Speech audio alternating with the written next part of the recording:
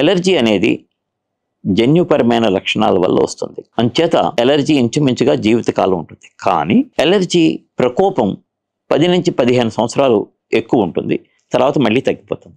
ఇలా ప్రకోపం ఎక్కువ ఉన్న సందర్భంలో ఎలర్జీకి సంబంధించిన మందులు క్రమం తప్పకుండా వాడుకోవాలి. అంటే ఇంచుమించుగా 10-12 సంవత్సరాలు వాడుకోవాల్సి ఉంటుంది. ఇన్నాళ్ళు మందులు వాడితే సైడ్ ఎఫెక్ట్స్ ఉంటాయి అనేసి కొంతమంది మానేస్తారు.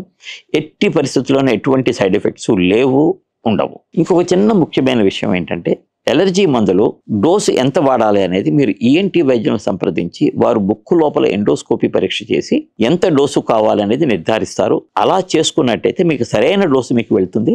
6 నెలలకు ఒకసారి మీరు ఈఎన్టీ వైద్యులను సంప్రదించాలని నేను సలహా ఇస్తాను. ఎలర్జీని తప్పకుండా మనం కంట్రోల్ చేసుకోవాలి. ఎలర్జీని కంట్రోల్ చేయకపోతే వచ్చే సమస్య ఏంటి అంటే, ఒకటి సైనస్ రావడం, తద్వారా వర్క్ పెర్ఫార్మెన్స్ తగ్గిపోవడం. మూడవ ఇబ్బంది ఏంటంటే ఆరోగ్యపరమైనటువంటి ఇబ్బంది. ఎలర్జీని కంట్రోల్ చేయకపోయినట్టయితే ఉత్తరోత్తర ఆస్తమా జబ్బు వచ్చేటువంటి అవకాశం ఎక్కువ ఉంటుందండి.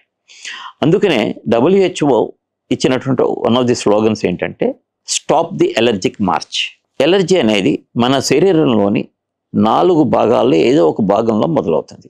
1 చర్మం, 2 ముక్కు, 3 కన్ను, 4వది ఊపిరితిత్తులు. ఎలర్జీ ఊపిరితిత్తుల్లోకి వెళ్తే వచ్చేది ఆస్తమా. ఈ ఊపిరితిత్తుల్లోకి వెళ్ళకముందే ఎలర్జీని మనం కంట్రోల్ చేయాలి. ఊపిరితిత్తులకి వెళ్ళక ముందే నేను ఆపినట్టయితే నా దేశంలో ఆస్తమా తగ్గిపోతుంది. It's very simple. ఎలర్జీకి మార్చి ఆపడానికి ఎలర్జీ మందులు. ఎటువంటి దుష్ఫలితాలు ఈ మందులతో లేవని నేను చెప్పగలను.